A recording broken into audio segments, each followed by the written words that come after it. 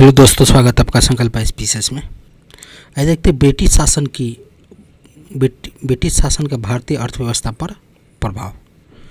British शासन का भारतीय अर्थव्यवस्था पर क्या प्रभाव पड़ा उसके बारे में देखते हैं। तो थोड़ा सा थ्योरी है। थ्योरी क्या कीजिएगा, आप लोग पढ़ लीजिएगा वीडियो पॉज करके।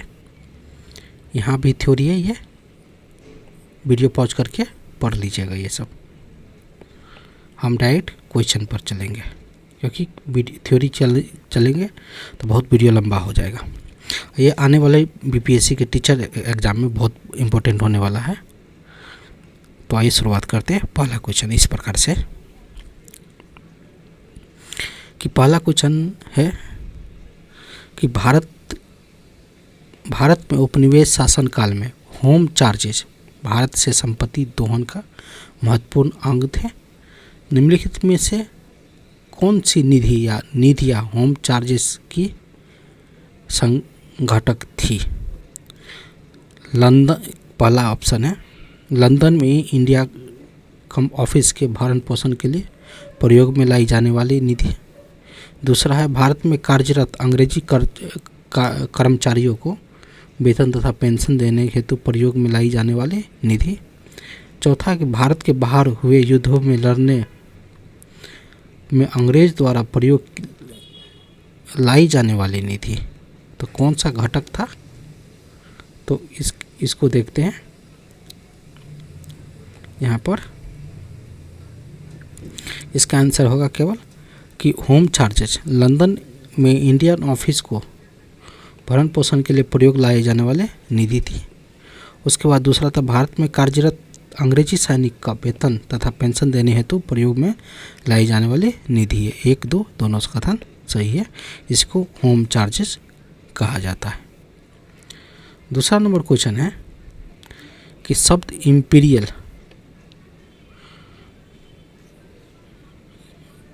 प्रेफरेंस का प्रयोग इंपीरियल प्रेफरेंस का प्रयोग किया जाने लगा। ऑप्शन है भारत में ब्रिटिश आयातों पर दी गई विशेष रियायतों के लिए, ब्रिटिश नागरिकों द्वारा किए जा रहे प्रजाति भेदभाव के लिए, ब्रिटिश हित के लिए किए जा रहे भारतीय हित के दमन के लिए, भारतीय रियासतों के राजा पर ब्रिटिश पॉलिटिकल एजेंट दी जा रही तरहीज के लिए। तो इसका ऑप्शन होगा ऑप्शन नंबर ए, भारत में ब्रिटिश आयातों पर दी गई विशेष रियायतों के लिए। भारत में उद्योग का कोई स्वतंत्र विकास नहीं हुआ था। इसका कारण क्या था? तो इसका कारण था कि धनिक वर्ग द्वारा भू संपत्ति में निवेश करने को तरहीज दिया जाने लगा था। ब्रिटिश शासन के दौरान भारत में उद्योग का कोई स्वतंत्र विकास नहीं हुआ था, क्योंकि धनिक वर्ग द्वारा भू संपत्तियों में निवेश करने की तरहीज नहीं दिया जाने लगा था। आइए इस क्वेश्चन 1999 का है। ब्रिटिश शासन के दौरान भारत में धनिक वर्ग भू संपत्ति में निवेश करने को वरीयता दिए जाने के कारण उद्योग की कोई स्वतंत्र विकास नहीं हो पाया था। चौथा नंबर क्वेश्चन है इस्तमरारी बंदोबस्त किसने लागू किया था? तो इस्तमरारी बंदोबस्त कॉर्नवालिस ने लागू किया था। इसको परमानेंट सेटलमेंट भी कहा जाता है।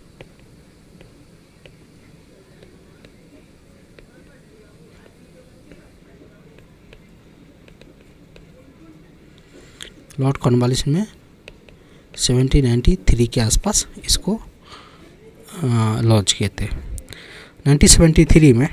1793 में लॉर्ड कॉर्नवालिस ने भू राजस्व की अस्थायी बंदोबस्त प्रणाली का प्रारंभ किया था। इसे इस्तमरारी, जागीरदारी, मालगुजारी एवं विशेषदारी आदि विभिन्न नामों से भी जाना जाता है। यह व्यवस्था बंगाल, बिहार, उड़ीसा तथा उत्तर प्रदेश के बनारसी तक के क्षेत्र में लागू था। इसके अंतर्गत समूचे ब्रिटिश भारत के क्षेत्रफल का लगभग 19% भाग इसके अंतर्गत कम से कम 19% भाग कवर करते थे। इस व्यवस्था के अंतर्गत जमींदारों के एक नए वर्ग के भूस्वामी घोषित कर दिया गया था, जिसे भूमि के लगान का 10/11 भाग संपत्ति कंपनी को देना होता था तथा 1/11 भाग अपनी सेवाओं के लिए अपने पास रखना होता था। अस्थायी बंदोबस्त के अंतर्गत जमींदार छोटे पूंजीपति थे। किसके प्रशासन काल में अस्थायी बंदोबस्त का प्रारंभ किया था? तो लॉर्ड कॉर्नवालिस के समय में। बहुत बार क्वेश्चन पूछा हुआ है, देख सकते हैं आप लोग। अस्थायी बंदोबस्त किसने किया था? तो किसके लिए बंदोबस्त किससे किया गया था? जमींदारों से। अस्थायी बंदोबस्त किसके साथ किया गया था? जमींदारों के साथ किया था। इसके बाद 8वां नंबर क्वेश्चन है, किस गवर्नर जनरल ने अस्थायी भू राजस्व व्यवस्था की स्थापित किया था? तो कॉर्नवालिस होगा। लॉर्ड कॉर्नवालिस का अस्थायी बंदोबस्त लागू हुआ था कब? तो 1793 ईस्वी में। 1793 में लॉर्ड कॉर्नवालिस की भू राजस्व प्रणाली लागू होने के बाद कानून विवादों की प्रवृत्ति में बढ़ोतरी देखी गई। निम्नलिखित प्रावधानों में से किस एक को सामान्यतः इसके कारक के रूप में जोड़ कर देखा जा सकता है? तो इसमें रैयत की तुलना में जमींदार की स्थिति को अधिक सख्त बनाना। इसके बाद ईस्ट इंडिया कंपनी को जमींदारों को अधिपत्य बनाना। न्यायिक पद्धति को अधिक कार्यकुशल बनाना। ऑप्शन 1, 2, 3 इसमें से कोई नहीं होगा, क्योंकि 1793 में लॉर्ड कॉर्नवालिस द्वारा प्रारंभ अस्थायी बंदोबस्त वाली भू व्यवस्था प्रणाली को जमींदारी की भू स्वामी पर वास्तविक अधिकार स्वीकार कर लिया गया था। जब तक वे लगान एकत्र कर उसका एक 10/11 भाग सरकार को देते रहते थे, लेकिन जमींदार का भू क्षेत्र निर्धारित नहीं था। लगान रहित अनुदान भूमि, चारागाह, प्रति आदि भूमि निर्धारित न होने के कारण कानून विवाद बढ़े और जमींदार व कृषकों के बीच अनेक मध्यस्थों के कारण भी विधिक वादों की संख्या में बढ़ोतरी हुई। चिर अस्थायी बंदोबस्त 1793 के अंतर्गत जमींदारों की अपेक्षा की गई थी कि वे खेतिहारों के पट्टा जारी करेंगे और अनेक जमींदारों ने पट्टा जारी नहीं किए। इसका कारण क्या था? पहला ऑप्शन है, जमींदारों के ऊपर किसानों का विश्वास था। जमींदारों के ऊपर कोई सरकारी नियंत्रण नहीं था। तीसरा कारण यह ब्रिटिश सरकार का जिम्मेदारी था। खेतिहार की दिलचस्पी पट्टा प्राप्त करने में नहीं था। तो यह ऑप्शन तो नहीं होगा। यहाँ ऑप्शन जमींदारों के ऊपर कोई सरकारी नियंत्रण नहीं था, इसीलिए पट्टा जारी नहीं किया गया। यहाँ पर थोड़ा सा देखते हैं। लॉर्ड कॉर्नवालिस 1793 में अस्थायी बंदोबस्त व्यवस्था लागू किया था, जिसके तहत जमींदार जिन्हें भूस्वामी के रूप में मान्यता प्राप्त थी, वो अपने क्षेत्र को भू राजस्व की वसूली कर उसका 1/11 हिस्सा अपने पास रखना होता था और शेष कंपनी के पास जमा करना होता था। जमींदार काश्तकारों से मनचाहा लगान वसूल करता था और समय पर न लगान देने वाली काश्तकारों से ज़मीन वापस छीन लिया जाते थे।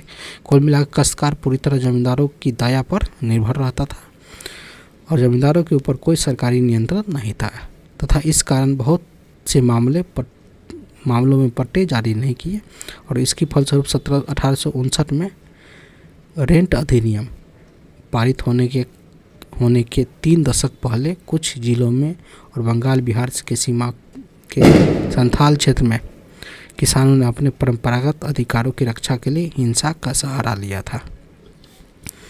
बिहार में परमानेंट सेटलमेंट लागू करने के कारण क्या था? जमींदारों की ज़मीन पर अधिकार न रहना। जमींदारों के लिए अपनी ज़मीन पर वंश परंपरागत अधिकार को स्वेच्छा से हस्तांतरित करने का अधिकार, भू राजस्व का राजस्व निर्णय करना और जमींदारों की प्रथा का निर्मूलन करना। तो ये आंसर होगा सी, भू राजस्व का राजस्व निर्णय करना। ये पीपीएससी 48 से 52 के आसपास पूछा हुआ क्वेश्चन है। अगला क्वेश्चन है 13 नंबर क्वेश्चन, रिक्त स्थानों की पूर्ति कीजिए। बंगाल और बिहार में भूमि पर किराएदार के अधिकार को बंगाल किराएदार अधिनियम द्वारा किया गया था। कब? तो 1895। इसको बंगाल टीनेट एक्ट कहा जाता है। 14 नंबर क्वेश्चन है, कौन से ब्रिटिश शासन के दौरान भारत में रैयतवारी बंदोबस्त की प्रारंभ किए जाने का संबंध है? रैयतवारी किसके शासनकाल में? तो अलेक्जेंडर रीड और थॉमस मोनरो के शासनकाल में। 2 और 3 आंसर होगा इसका। रैयतवारी बंदोबस्त अंग्रेज द्वारा भारत में भू राजस्व वसूली हेतु की गई प्रणाली थी। अलेक्जेंडर रीड ने मद्रास प्रेसिडेंसी में सर्वप्रथम 1792 में तमिलनाडु में कि बारामल क्षेत्र में रेतवारी व्यवस्था लागू की। थॉमस मुनरो ने 1809 में कुछ क्षेत्रों में इसको लागू किया। 1820 में मद्रास के गवर्नर बनने पर इसे मद्रास में लागू किया। मुनरो के शिष्य एल्फिंस्टन ने इसे बॉम्बे प्रेसिडेंसी में लागू किया। संपूर्ण ब्रिटिश भारत में 51% क्षेत्र में मद्रास, बम्बई के कुछ हिस्सों, पूर्वी बंगाल, असम, कुर्ग में यह व्यवस्था लागू की गई। इस व्यवस्था के अंतर्गत रेतों की भूमि पर मालिकाना हक दिया गया और जिसके द्वारा ये प्रत्यक्ष रूप से सीधे या व्यक्तिगत रूप से भू राजस्व अदा करने के उत्तरदायी थे। 1836 के बाद बिगनेट और गोल्ड स्मिथ द्वारा इस व्यवस्था में सुधार किए गए थे। भू राजस्व के अस्थायी बंदोबस्त और रेतवारी प्रणाली क्रमशः शुरू की गई थी बंगाल और मद्रास में। अस्थायी बंदोबस्त कहाँ पर? तो बंगाल, मद्रास में इसका आंसर ये होगा, और रेतवारी मद्रास में।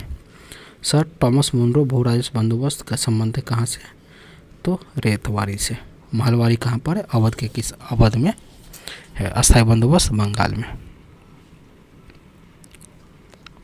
अगला क्वेश्चन कि ब्रिटिश व्यवस्था में रेतवारी भू राजस्व संग्रह प्रचलित था कहाँ पर? तो इसका आंसर सी और डी दोनों होगा, पश्चिम भारत और दक्षिण भारत दोनों में। मद्रास में रेतवारी बंदोबस्त की में से कौन संबंधित रहा था? तो थॉमस मुनरो। रेतवारी प्रथा का प्रारंभ कहाँ किया था? प्रारंभ की थी थॉमस मुनरो ने। अंग्रेज ने रेतवारी बंदोबस्त कहाँ लागू किया? तो मद्रास प्रेसिडेंसी में। मद्रास और बम्बे दोनों में, मद्रास बम्बे दोनों में। अंग्रेज ने रेतवारी व्यवस्था सर्वप्रथम आरंभ किया था कहाँ पर? तो मद्रास प्रेसिडेंसी में। रेतवारी बंदोबस्त के संदर्भ में निम्नलिखित में से कथनों पर विचार कीजिए। किसानों द्वारा लगान सीधे सरकार को दिया जाता था। सरकार रैयतों को पट्टे देती थी। कर लगाने के पूर्व भूमि का सर्वेक्षण और मूल्य निर्धारण किया जाता था। उपयुक्त में से सभी ऑप्शन सही है।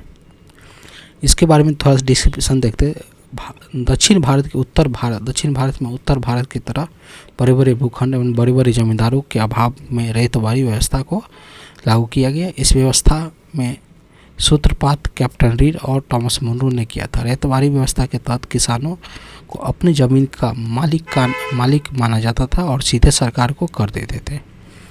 कर का निर्धारण भूमि का सर्वेक्षण करने के बाद किया जाता था और सर्वेक्षण के बाद लगान के लिए किसान सरकार के बीच समझौते होता था और किसान की सहमति के बाद पट्टा दिया जाता था जो भूमि पर उसकी निजी संपत्ति का प्रमाण होता था। वह प्रथा जिसके तहत किसान स्वयं भूमि का मालिक होता था और सरकार को भू राजस्व का भुगतान के लिए जिम्मेदार माना जाता था, उसे रेतवारी व्यवस्था कहा जाता है। बीपीएससी 65 बीपीएससी का क्वेश्चन है। नीचे दिए गए कथन जिनमें से कथन 1 और 2 के कारण है, सत्य और दूसरे के कारण है। ब्रिटिश सरकार ने भारत में अलग अलग भागों में भू राजस्व की अलग अलग व्यवस्था लागू किया था। कारण है कि इससे भारतीय किसानों को अलग अलग वर्ग बन गए। तो क्या होगा इसका आंसर? तो इसका आंसर ए और बी दोनों होगा और सही व्याख्या भी करता है। पंजाब भूमि हस्तांतरण अधिनियम कब पारित किया गया था? तो 1900 ईस्वी में। असम में सर्वप्रथम चाय की कंपनी की स्थापना कब हुई थी? तो 1839 में। असम में सर्वप्रथम चाय की कंपनी की स्थापना 1839 ईस्वी में की थी। यह कंपनी 5 लाख रुपए की पूंजी के साथ इंग्लैंड में स्थापित की गई थी तथा नाजिरा असम में कंपनी का मुख्यालय था। द असम कंपनी भारत की सबसे पुरानी व्यावसायिक चाय कंपनी जो वर्तमान में भी कार्यरत है।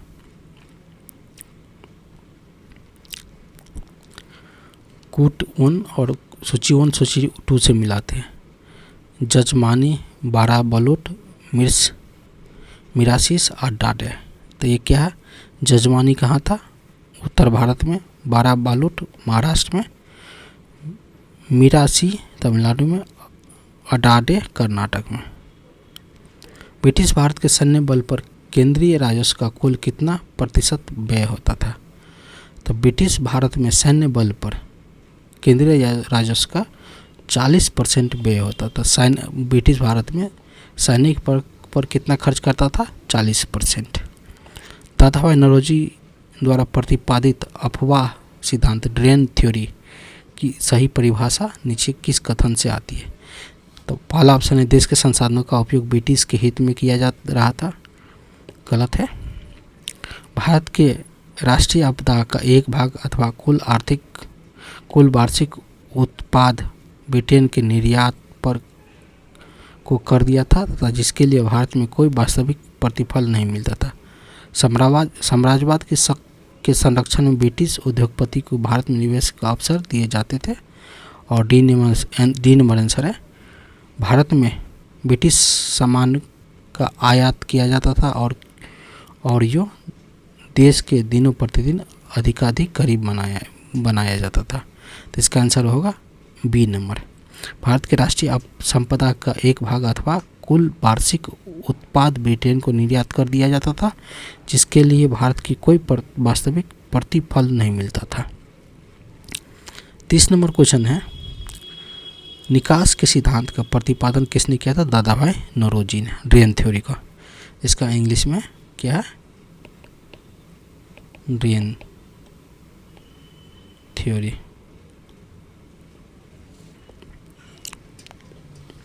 अंग्रेज के शासनकाल में भारत के आर्थिक दोहन के सिद्धांत किसने प्रतिपादित किया था? दादाभाई नौरोजी ने।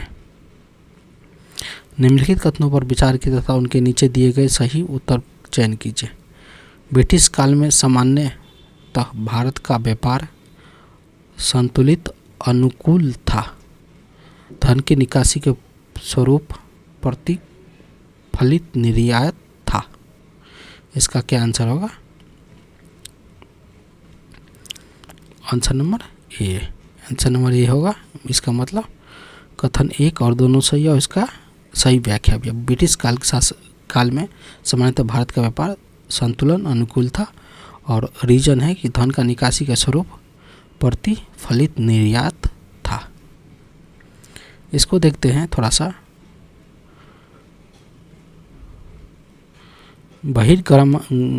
बहिर्गमन अथवा निकासी की राष्ट्रवादी परिभाषा का तात्पर्य भारत से धन संपत्ति में माल का इंग्लैंड में हस्तांतरण करना था जिसके बदले में भारत को उसके समतुल्य कोई भी आर्थिक या वाणिज्यिक या प्रतिलाभ नहीं होता था। ब्रिटिश काल में सामान्यतः भारत का व्यापार संतुलन अनुकूल था क्योंकि इस दौरान आयात की तुलना में अधिक निर्यात होता था। ईस्ट इंडिया कंपनी के धन निकासन के स्रोत थे और व्यापारिक एकाधिकार से प्राप्त लाभ कंपनी के कर्मचारियों के वेतन, पेंशन और कंपनी के निवेशकों को दिया जाने वाला लाभांश आदि था। कंपनी द्वारा जो पैसा इंग्लैंड भेजा जाता था वही पैसा पुनः भारत में विदेशी ऋण तथा पूंजी निवेशों के रूप में प्राप्त होता था। परंतु इस पूंजी निवेश का उद्देश्य देश का विकास नहीं बल्कि भारतीय संसाधनों का अधिक शोषण करना था। 1813 के पश्चात जिस आर्थिक विकास को ने अप्रतिफल निर्यात का रूप धारण कर लिया था, वर्ष 1914 के पहले भारत में अंग्रेजी पूंजी निवेश केवल उन आर्थिक उपरिसाधनों में लगाए गए जैसे रेलवे, सड़क, व्यापारिक जहाज तथा खनिज के उद्योग में और वित्तीय संस्था में जैसे बैंक, बीमा, वित्तीय निगम में जो अंग्रेज उद्योग के अनुपूरक थे और इनमें भारतीय उद्योग विकास के लिए कोई स्थान नहीं था। दादाभाई नौरोजी ने धन निकासी के अनिष्ट विल ऑफ द इविल्स क्या संज्ञा दी है। इसे भारत की निर्धनता का मुख्य कारण बताया गया था। निम्नलिखित में से कौन भारत में उपनिवेश का के आर्थिक आलोचक था? दादाभाई नौरोजी और CR तीन उद्देश्य और जी सुब्रमण्यम अय्यर। 34 नंबर क्वेश्चन है कि निम्नलिखित में कौन दादाभाई नौरोजी के उत्सारण सिद्धांत ड्रेन थ्योरी को विश्वास नहीं करता था? तो sir Syed Ahmad Khan drain theory के विश्वास नहीं करता था। 35 number poverty of unBritish rule in India के नामक पुस्तक किसने लिखा था और किस वर्ष लिखा था? 1901 ईस्वी में। किसने लिखा था? तो दादाभाई नौरोजी ने लिखा था।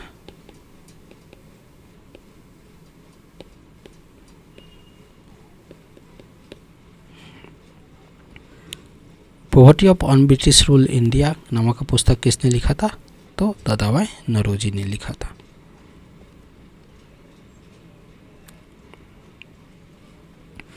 ब्रिटिश हाउस ऑफ कॉमन में चुने जाने वाले दादाभाई नौरोजी प्रथम भारतीय थे जिन्होंने इस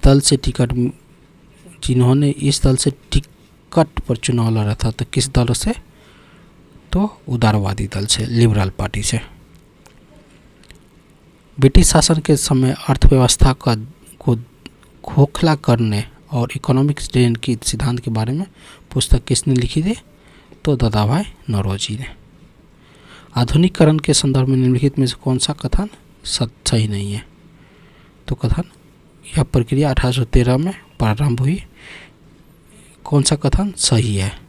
ईस्ट इंडिया कंपनी के व्यापारिक एकाधिकार की समाप्ति के इस प्रक्रिया को तेज किया गया। दोनों कथन सही है। 40 नंबर क्वेश्चन, निम्नलिखित कथनों पर विचार कीजिए। दादाभाई नौरोजी की भारतीय राष्ट्रीय कांग्रेस आंदोलन को सर्वाधिक प्रभाव देना। इन्होंने इस बात को अभिव्यक्त किया कि ब्रिटेन भारत का आर्थिक शोषण कर रहा है। उन्होंने प्राचीन भारतीय ग्रंथों की व्याख्या की और भारतीयों को आत्मविश्वास जगाया। तीसरा नंबर पॉइंट है, उन्होंने सभी सामाजिक बुराइयों के निराकरण की आवश्यकता पर सर्वोपरि जोर दिया। केवल एक नंबर आंसर होगा, ये सब नहीं होगा। दादाभाई नौरोजी की कॉन्सेप्ट नहीं था ये सब। 41 नंबर क्वेश्चन है कि किसने यह विचार किया था कि भारत में ब्रिटिश आर्थिक नीति घिनौनी है? तो कार्ल मार्क्स ने। दक्षिण भारत की शिक्षा व्यवस्था का अग्रदूत किसे माना जाता है? तो सर आर्थर कॉटन को। इतिहास के संदर्भ में निम्नलिखित युग्मों पर विचार कीजिए। औरंग, बेनियान और मिरासीदार।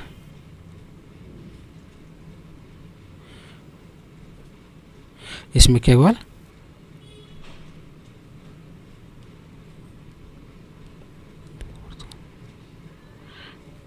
संदर्भ में विचार कीजिए, केवल 2 और 3 सही है। बेनियान ईस्ट इंडिया कंपनी के भारतीय एजेंट था और मीरा सीदार राज के नियमित राजस्व दत्ता थे। आर्थिक तौर पर 19वीं शताब्दी में भारत पर अंग्रेज शासन का एक परिणाम था क्या? तो भारतीय कृषि का वाणिज्यीकरण। 45 नंबर क्वेश्चन है, निम्नलिखित में कौन सा औद्योगिक क्रांति द्वारा 19वीं शताब्दी के पूर्वार्ध में भारत पर बड़े प्रभाव की सही व्याख्या करता है? तो भारतीय दस्तकारी उद्योग नष्ट हो गए थे उस समय। यह था क्वेश्चन बिहार शिक्षक बहाली के लिए। अगला चैप्टर 1857 की क्रांति जल्द ही लेकर आएंगे। धन्यवाद।